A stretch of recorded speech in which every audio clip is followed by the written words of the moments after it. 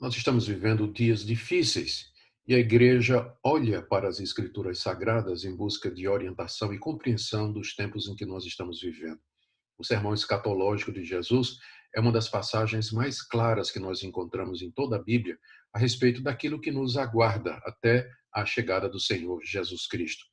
Entre as predições que Jesus fez está o aparecimento e o surgimento de uma figura sinistra, macabra, chamada de o Anticristo, que tem sido inclusive motivo de grande polêmica e discussão entre os estudiosos. É disso que nós iremos tratar na devocional de hoje, que eu quero já compartilhar aqui com vocês na tela. Triunfo Final de Cristo. Esse é o nome da série de devocionais baseadas em Marcos capítulo 13, que é o sermão profético de Jesus, e hoje a devocional 4 será sobre o Anticristo, baseada em Marcos capítulo 13, verso 14.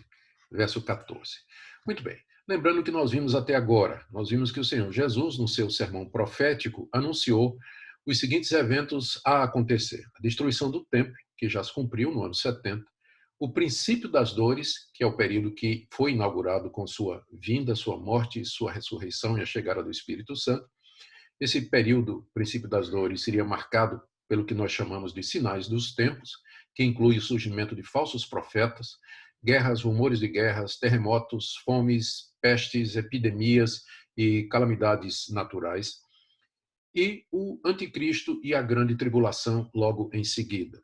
O Senhor Jesus então disse que ele viria, apareceria em glória logo depois da grande tribulação, e nos deu certeza disso e nos ensinou de que maneira nós devemos aguardar esse momento glorioso de triunfo, triunfo final do Senhor Jesus Cristo.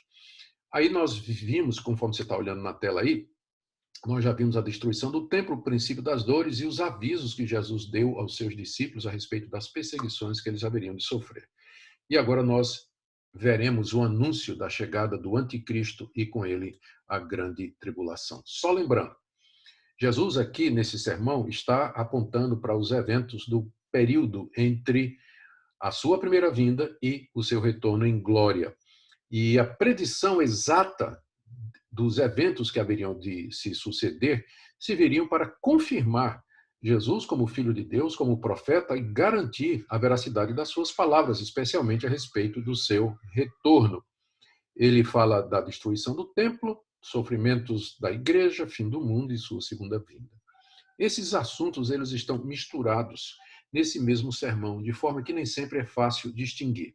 Eu gosto de ilustrar esse fenômeno, ou seja, de profecias com duplo ou triplo cumprimento, lembrando de uma viagem que eu fiz uma vez à Suíça, recém-casado, juntamente com minha esposa, e nós fomos visitar os Alpes suíços. E à medida que nós subíamos, circundando as montanhas, nós vimos uma outra montanha distante, chamada Jungfrau, que é uma das montanhas mais conhecidas ali na cordilheira. É uma montanha imponente, maravilhosa. Da nossa perspectiva, parecia uma montanha só. Mas a verdade é que, à medida que o carro seguia o seu caminho, a perspectiva ela mudava. E aí nós podemos ver que detrás dessa montanha havia mais duas outras montanhas. De onde nós estávamos parecia uma montanha só, mas havia duas outras montanhas atrás. É isso que acontece na profecia do Antigo Testamento. Do ponto de vista do profeta, ele via um evento só, mas na verdade tinha três cumprimentos, ou dois cumprimentos, dependendo da profecia. E é o que o Senhor Jesus Cristo está fazendo aqui. Aqui nesse sermão, ele fala da chegada dos exércitos romanos a Jerusalém e do grande sofrimento que os judeus passariam com o cerco da cidade, a queda da cidade e a destruição do templo. Isso tudo Jesus fala tendo como paralelo a chegada futura do anticristo e da grande tribulação sobre a igreja. Ele fala como se fosse um evento só, mas na verdade são dois eventos que são vistos de uma perspectiva única. Isso vai nos ajudar a entender o que é que ele nos ensina aqui a respeito da chegada do anticristo. Eu coloquei aqui em Marcos 13, 14 a 19, embora a gente vá se concentrar somente no verso 14, o verso inicial. Então ele disse aos seus discípulos: quando, pois, virdes o abominável da desolação situado onde não deve estar, quem lê entenda, então ele colocou a responsabilidade em nós, então os que estiverem na Judéia, fujam para os montes. Quem estiver em cima no eirado, não desça nem entre para tirar da sua casa alguma coisa. E o que estiver no campo, não volte atrás para buscar sua capa. Ai das que estiverem grávidas e das que amamentarem naqueles dias. Orai para que isso não suceda no inverno, porque aqueles dias serão de tamanha tribulação, como nunca houve desde o princípio do mundo que Deus criou até agora e nunca jamais haverá. Veja aqui que Jesus conecta a chegada do abominável da desolação com esse período que ele chama de grande tribulação, uma tribulação como nunca houve desde o princípio do mundo até agora e nunca jamais haverá. O que eu estou dizendo é que isso se cumpre primeiro em Jerusalém, na queda de Jerusalém, e futuramente na chegada do anticristo e da grande tribulação sobre a igreja, como nós veremos agora.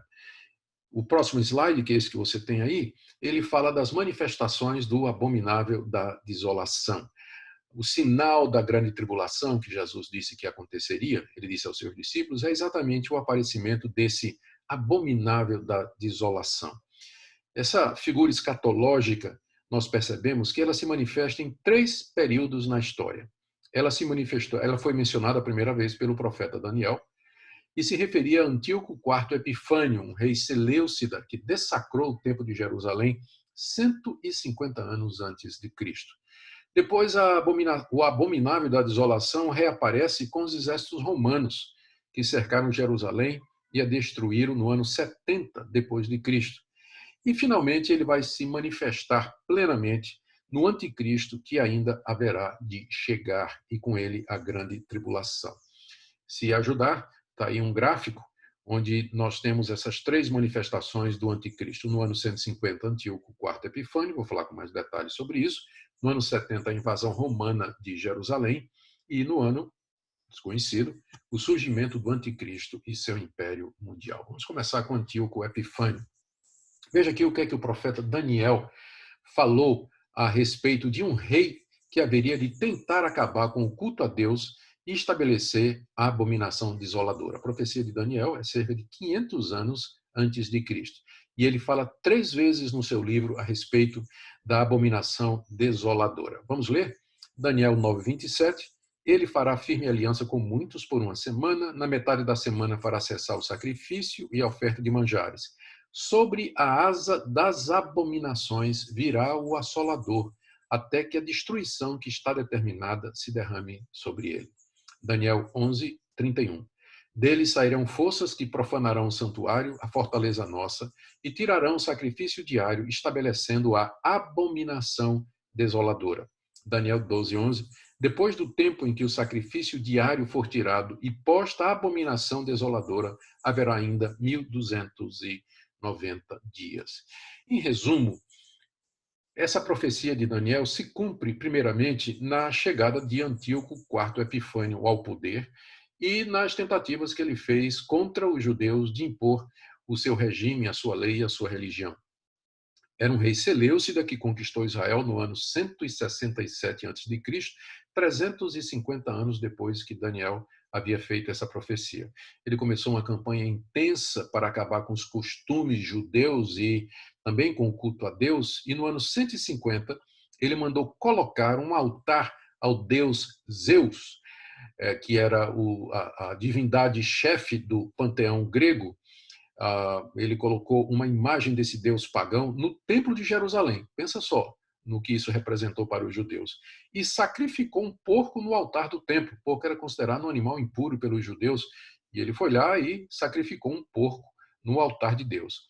O que provocou uma grande revolta entre os judeus e deu início à famosa Guerra dos Macabeus, que você já deve ter ouvido falar.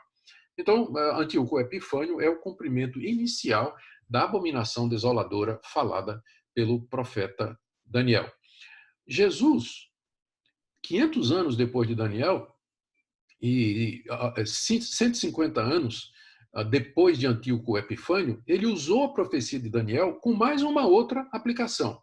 Veja aqui, ele diz em Mateus 24:15, que é a mesma coisa de Marcos 13. Quando, pois, virdes o abominável da desolação, de que falou o profeta Daniel no lugar santo, quem lê entenda, então os que estiverem na Judéia fujam para os montes. Ou seja, Cristo reusou a profecia da abominação desoladora, que se aplicava primeiro ao Antíoco Epifânio, e agora ele aplica a chegada dos exércitos de Jerusalém. Por que eu estou dizendo isso? Exércitos em Jerusalém. Por que eu estou dizendo isso? Porque lá em Lucas 21, 20, que é a versão de Lucas do sermão escatológico de Jesus, em vez de falar quando virdes o abominável da desolação em que falou o profeta Daniel, Lucas interpreta isso da seguinte maneira. Veja aí, ó. Quando, pois, virdes Jerusalém sitiada de exércitos, sabei que está próxima a sua devastação. Então, os que estiverem na Judéia, fujam para os montes, etc. Percebem? É o mesmo evento. A chegada do abominável da desolação, que o profeta Daniel falou, e Jerusalém sitiada de exércitos, os exércitos romanos, isso tudo é cumprimento da profecia de Daniel e que é agora reusada por Jesus para falar sobre o cerco de Jerusalém. E, de fato, os romanos chegaram, saquearam Jerusalém e levaram toda a mobília do templo para Roma. Aqui tem um afresco gravado no Arco de Tito, lá em Roma, que é feito em homenagem à vitória do general Tito. Você percebe aí os soldados romanos levando a Arca da Aliança, o candelabro e mais outros objetos sagrados que estavam no templo de Jerusalém. Mas aparentemente não esgotou a profecia de Daniel e nem a profecia de Jesus com a devastação de Jerusalém, que era abominação desoladora. Porque há ainda um terceiro cumprimento, porque olha o que Jesus nos diz lá no texto que nós lemos. Ele diz que o abominável da desolação, que nós agora estamos entendendo, que é o símbolo do anticristo, do poder que se levanta contra Deus e seu povo em todas as épocas, ele virá juntamente com a tribulação. E com certeza não houve nada igual antes disso que aconteceu com os judeus. Jesus disse que a grande tribulação seria um período de grande sofrimento para os judeus, como nunca houve antes e nem nesse mundo de Deus.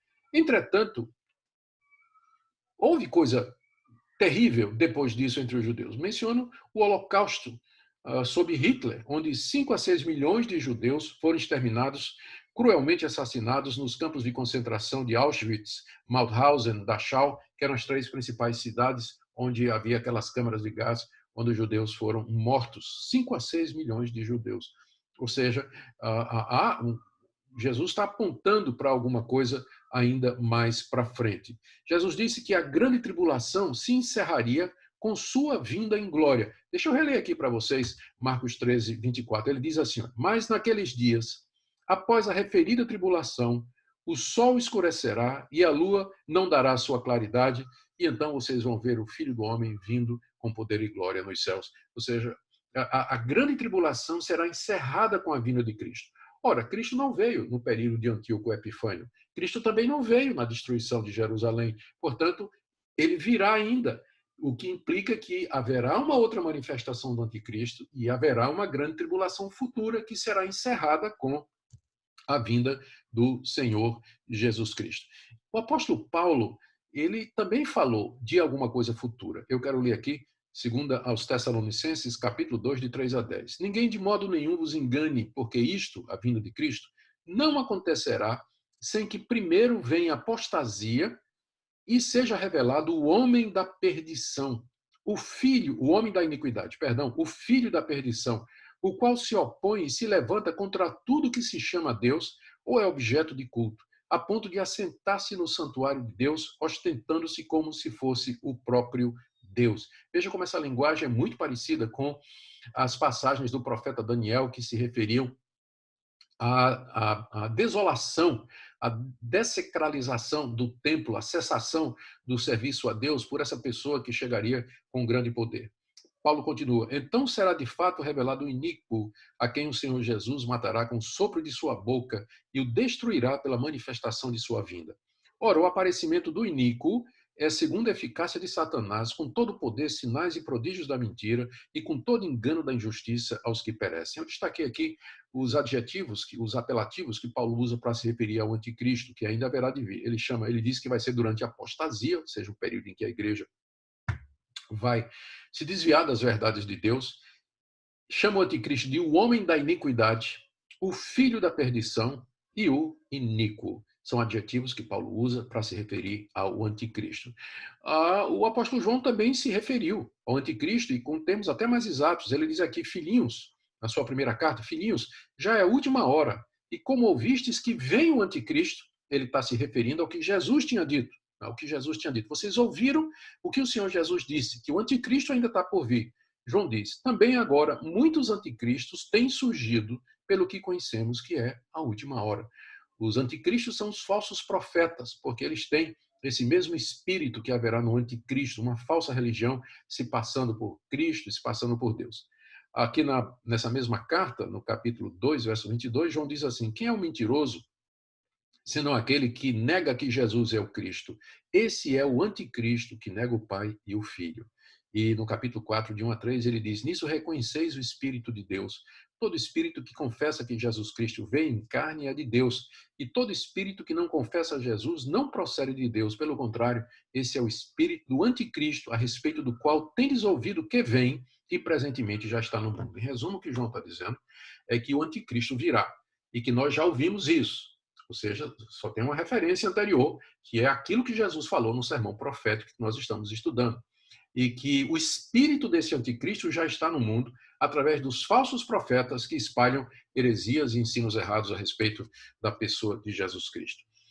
O apóstolo João também, no livro que ele escreveu, chamado Apocalipse, ele dá uma descrição do anticristo que eu quero aqui trazer para vocês. Está no capítulo 13, deixa eu colocar aqui para vocês. Ele diz assim, vi emergir do mar uma besta que tinha 10 chifres e 7 cabeças, e sobre os chifres 10 diademas, e sobre as cabeças nomes de blasfêmia. A besta que vi era semelhante a leopardo, com pés como de urso, boca como de leão, e deu-lhe o dragão o seu poder, o seu trono e a grande autoridade. O dragão aqui é o diabo. Então vi uma de suas cabeças como golpeada de morte, mas essa ferida mortal foi curada, e toda a terra se maravilhou segundo a besta, e adoraram o dragão, porque deu a sua autoridade à besta, e também adoraram a besta, dizendo, quem é semelhante à besta? Quem pode pelejar contra ela? Foi-lhe dada uma boca que proferia arrogâncias e blasfêmias, e autoridade para agir 42 meses, abriu sua boca em blasfêmias contra Deus, para difamar o nome, difamar o tabernáculo, a saber os que habitam no céu, e foi-lhe dado também que pelejasse contra os santos e vencesse a grande tribulação. Deu-se-lhe ainda autoridade sobre cada tribo, povo, língua e nação, e adorá-la-ão todos os que habitam sobre a terra, aqueles cujos nomes não foram escritos no livro da vida do Cordeiro, que foi morto desde a fundação do mundo. Quem tem ouvidos para ouvir, ouça. Quem tem ouvidos para ouvir, ouça isso que o Senhor Jesus está nos dizendo. Queridos, resumindo, o que é que nós podemos tirar dessas passagens? 3 referências ao anticristo em Daniel, uma referência do Senhor Jesus sobre o abominável da desolação, que coincide, bate com a chegada dos exércitos romanos em Jerusalém, palavras do apóstolo Paulo, segundo aos Tessalonicenses, que nós já vimos, a primeira carta de João e também agora no livro de Apocalipse. Em resumo, porque há muitos detalhes, não tem como a gente entrar aqui, mas em resumo, nós podemos fazer o seguinte quadro. O anticristo será um líder mundial com poderes sobrenaturais dados pelo diabo, capaz de fazer sinais e prodígios de mentira. Ele vai buscar adoração, respeito e obediência de toda a raça humana. Ele vai se passar por Deus e vai querer tomar o lugar de Deus, como o diabo sempre quis fazer.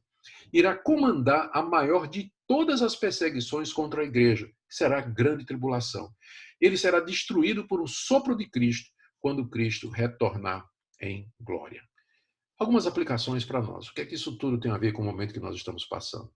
Queridos, quão facilmente um líder mundial com pretensões messiânicas pode surgir no mundo?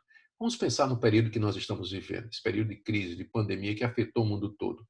Nós ficamos lendo e ouvindo pessoas falarem de uma nova ordem mundial na Terra pós-pandemia, e alguns mesmos falam de uma liderança mundial, dizendo que o mundo tem que mudar, que precisa haver um controle mundial, um domínio mundial para proteger a humanidade, para quando pandemias desse tipo, outras ameaças acontecer.